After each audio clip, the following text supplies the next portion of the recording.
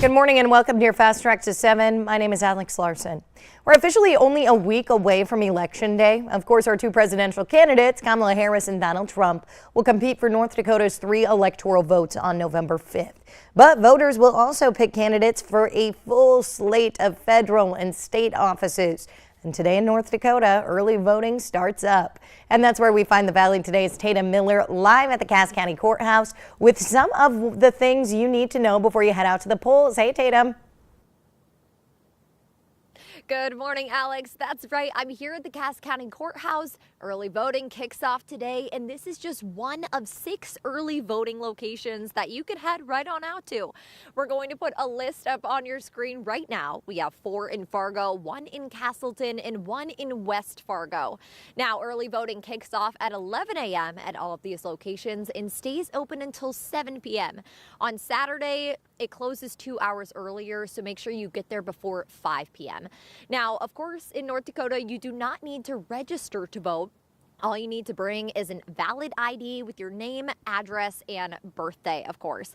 Now, when we're looking at what's slated on the ballot here, we're taking a look at that United States Senate race where Republican Senator Kevin Cramer is bidding for a second term against newcomer Democrat Katrina Christensen.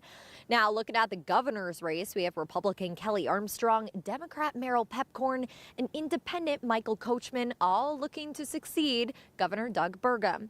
Now, when we're taking a look at quite a few measures on the ballot as well, the big ones that stand out are Measure 4, which is set to abolish all state property taxes. Measure 5 is planning to legalize recreational marijuana use for those 21 and older. And of course, the city Measure 1 has to deal with Fargo renovations and the construction of a new convention center. Now, you can find the information on all those measures also on our website. So remember, if you're hitting the polls today, just bring a valid form of identification. And a kind of a cool thing that I just learned about, you can actually track your ballot status in North Dakota by just visiting our government's website. Alex, I'm going to stick around here and keep updating you with polling information, but I'll send things right back to the studio. I'm Tatum Miller for Valley News Live. All right. Thank you, Tatum, for that live look. A Minnesota woman is facing 3 felony charges after allegedly filling out and submitting an absentee ballot on behalf of her dead mother. The Itasca County Auditor flagged the absentee ballots and contacted the sheriff's office. Danielle Miller is charged with casting an illegal vote and falsely signing an absentee ballot. Court records say she filled out her mom's ballot, even though her mom died back in August, and she signed her mom's name as the witness on her absentee ballot.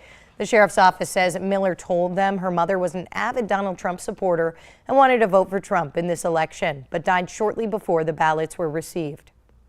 New for you this morning, a sentencing date has now been set for the West Fargo man convicted of killing his wife. Spencer Moen's sentencing has been scheduled for December 30th. Just last week, a jury found Moen guilty of murder of his wife, Sonia.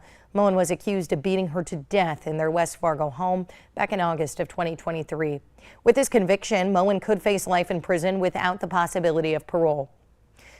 2 men are now facing charges accused of being involved in the deadly beating of a Grand Forks man last week. Both men were arrested when Grand Forks police got a 911 call to a Cherry Street apartment just after 9 on Thursday night for a report of an unresponsive man.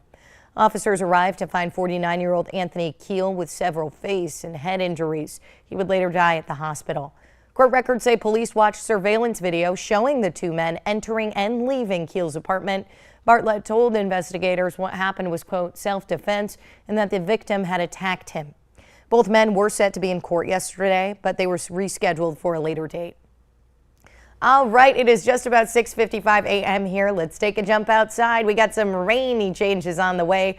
For the details, let's send things on over to meteorologist Lisa Green. Hey, Lisa.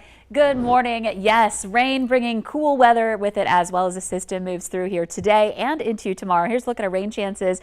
Today we see them start to ramp up. It may take a bit for some of us, but you can see by tonight that bar on our bar graph here goes up pretty high into that likely category, and that continues into early Wednesday. Then we get a break just in time for Halloween. Let's take a look at our radar right now. Some of us already starting with some showers back over around the Devil's Lake area, Jamestown at the airport. We've had some reports of some rain moving through. Some green rain showing up on the map in the east, but we're looking at that being a lot lighter. So it might be a couple of sprinkles there over Red Lake, but overall we're focused in on this area where we're seeing a little more substantial returns showing up around Valley City, back over toward Carrington again.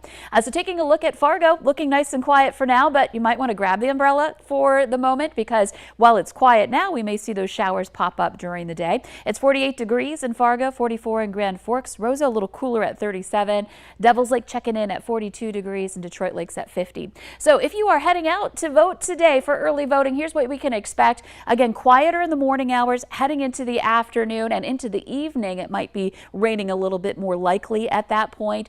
So want to make sure you've got your umbrella, your rain jacket if you're going to be waiting out at the polls here heading into today. Tomorrow, the showers move on, and look at those temperatures cooling down. Halloween's going to be a little chilly, 43 degrees, so make sure you've got some layers for that Halloween costume. And we'll, of course, have an update on that forecast as Halloween gets closer. All right. Thank you, Lisa. Well, in just a few days, North Dakota law enforcement agencies are going to be cracking down on those who are not wearing your seatbelt. The state will have extra patrols out from November 1st through December 12th to enforce the state's primary seatbelt law. Last year in North Dakota, 40% of crash fatalities involved someone being unbuckled. Officials say seatbelts are the most effective safety device to prevent death and injury in a crash. Crash data also showing a direct correlation between seatbelt use and injury severity. West Fargo Park District choosing a city commissioner as their new executive director. The park board appointing Amy Zundel as the new executive director. They welcomed her at a ceremony at Rustad Recreation Center yesterday. Zundel also currently serves as a West Fargo City Commissioner with her term expiring June 2028. The average American family spends more than $1,500 a year on their pets. But as animal lovers know, some lavish far more to give their pets the best. Bradley Blackburn reports on how companies are going to the dogs and finding success. On a morning in New York, Greta Nagy and her Dalmatian Ollie are out for a stroll. He's the best. He's a very special dog. Ollie's routine includes a walk and then a ride. He's a frequent passenger in the pet cab, where seats are set up for those with 4 legs. I think he likes going on the rides. The windows down and, he likes it. The bright yellow cab with paw prints instead of checkers was created by Elliot Levendlick. He started Pet Cab NYC because for owners without their own cars, moving a pet can be tough.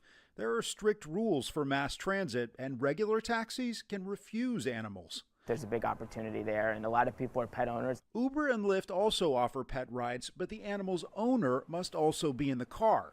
Pet Cab NYC and a handful of other companies across the nation offer transportation for pets who are alone. It's driven by demand. In the U.S., spending on pet care services like boarding or sitting has almost doubled since 2020. A pet becomes a part of your family, and so as a result of that, people will invest a lot of their time and their money into their pet because it's just a loved one that they sometimes care more about than their family members. Since launching, Levendlick has added cars and drivers and is now looking to expand to more cities.